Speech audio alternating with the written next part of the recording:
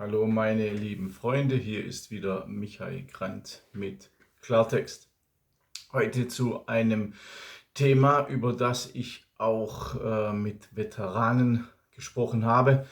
Sie haben mir aber dazu keine Auskunft geben können oder wollen. Es geht darum, Stalingrad, das letzte Tabu, was die Wehrmacht verschwieg.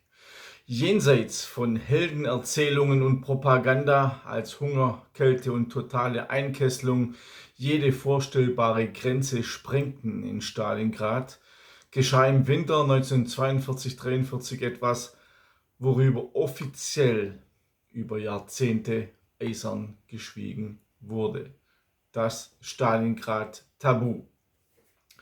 Die Schlacht um Stalingrad 1942 bis 1943 gilt als eine der blutigsten und verlustreichsten Schlachten des Zweiten Weltkrieges.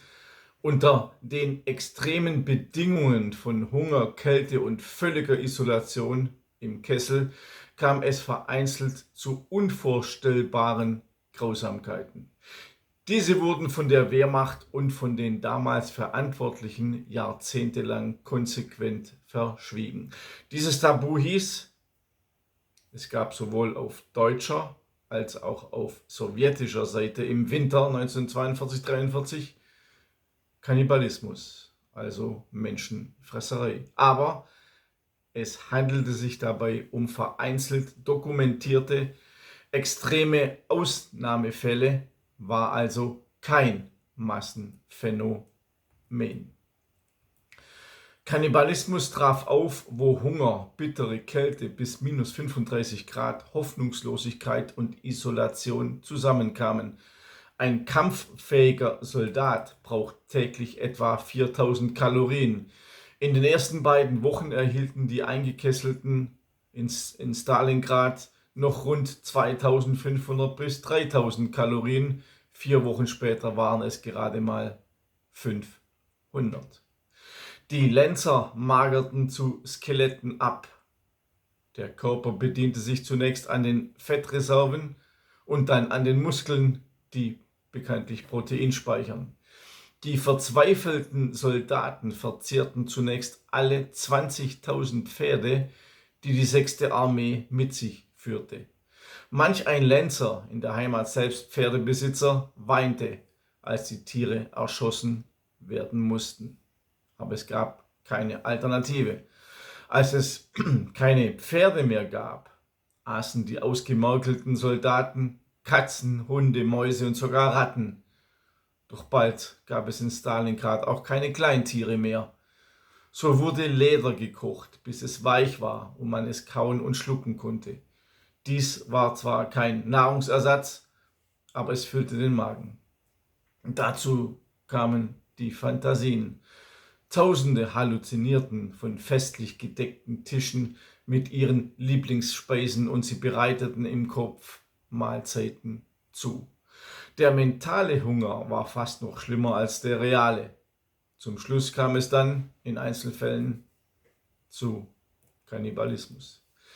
Die Wehrmacht hat das bewusst verschwiegen. Die Feldpost wurde daraufhin zensiert und Berichte mit Hinweisen auf Kannibalismus wurden zurückgehalten, vernichtet und in manchen Fällen sogar als wehrkraftzersetzend eingestuft. Auch nach dem Krieg findet man in den Memoiren von Erich von Manstein, Friedrich Paulus oder Hermann Hoth kein Wort davon, denn Kannibalismus passte nicht ins Bild des ehrenhaften Frontsoldaten. Diese Verdrängung fand aus Scham, Schutz der Hinterbliebenen und dem Aufrechterhalten der anständigen Wehrmacht statt. Die Belege für das Unvorstellbare fand man auf deutscher Seite in Tagebüchern, Briefen, Sanitätsberichten und Aussagen von Heimkehrern. Auf sowjetischer Seite ist Kannibalismus in Stalingrad in NKWD-Berichten zu finden, insbesondere unter den eingeschlossenen Zivilisten der Stadt.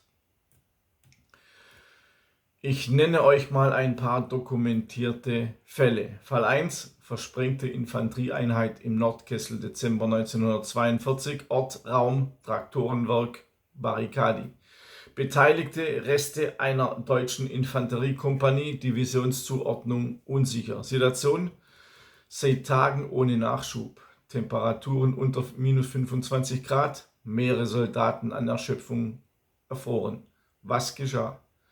Die Toten wurden nicht begraben. Fleisch von bereits Verstorbenen wurde verzehrt. Kein Hinweis auf vorsätzliche vorherige Tötung. Fall 2. Deutsches Lazarett, Januar 1943, Ort Behelfslazarett im Stadtgebiet.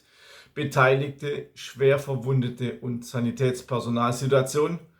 Keine Medikamente, keine Evakuierung, keine Nahrung. Was geschah? Verstorbene, Verwundete wurden verwertet. Das ist die Tarnsprache in Berichten.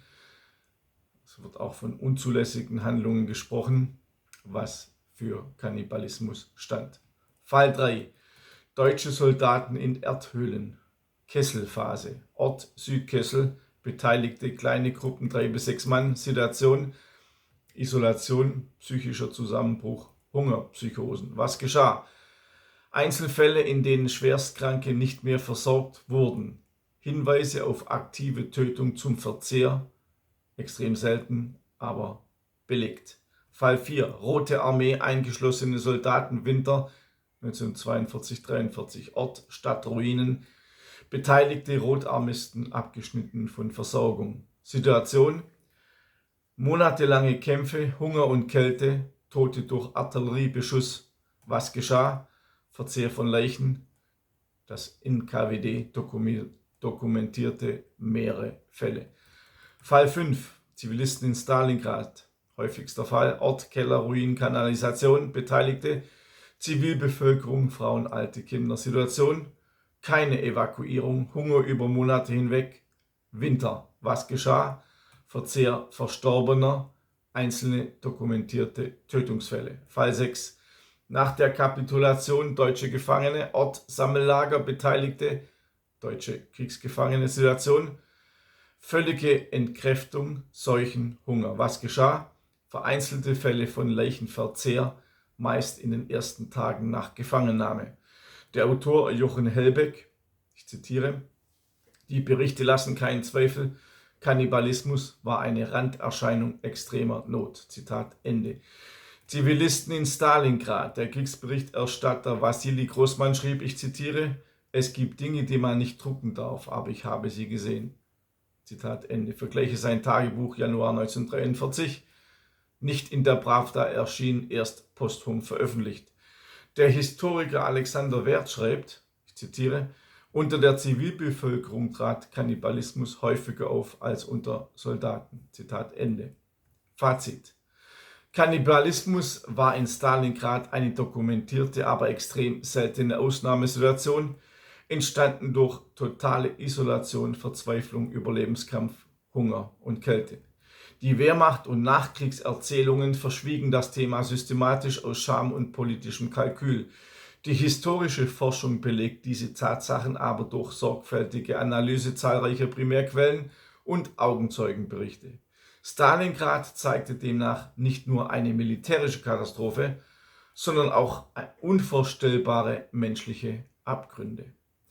Die Quellen, die ich dazu recherchiert habe, nenne ich heute euch mal ausnahmsweise. Sanitätsberichte der 6. Armee, Winter 42-43 aus dem Bundesarchiv, Militärarchiv Freiburg, Nummer BAMARH 20641.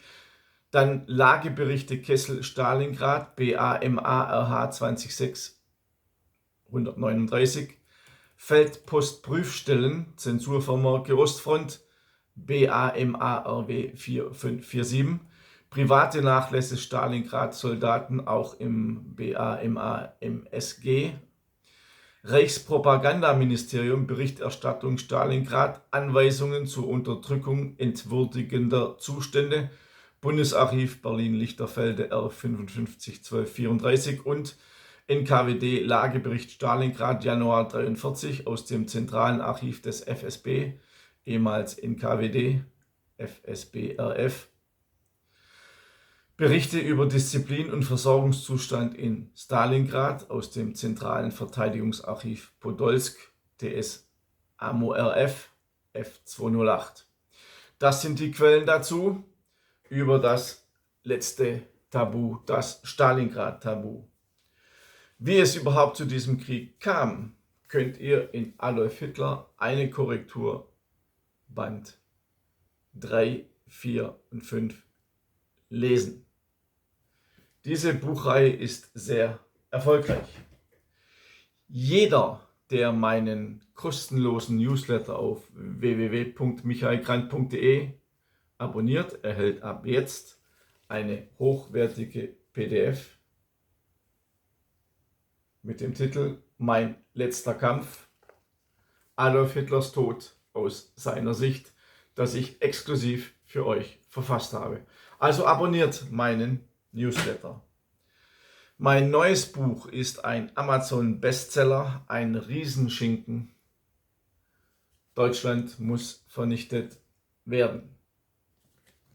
Es zeigt über 900 Seiten mit Fotos, Statistiken und über 2000 Quellen die Vernichtung unseres Volkes, alle Massenmorde, alle Massaker bis heute nach der Grenzöffnung von Angela Merkel, wie die Flüchtlingskriminalität auch heute unser Land noch beeinflusst. In diesem Buch lest ihr all das, was man euch verschweigen will. Es ist ein Buch für unsere Toten, für unsere Toten gewidmet. Wenn ihr daran teilhaben wollt, kauft euch dieses Buch. Die Links sind unten angegeben. Abonniert mich auf Telegram. Ich sage es immer und immer und immer wieder. Facebook will mich sperren. TikTok hat mich schon rausgeschmissen. Also ich warte nur darauf, dass YouTube das auch macht. Also abonniert mich auf Telegram. Ich wünsche euch alles Gute. Bis zum nächsten Mal. Euer Michael Grant.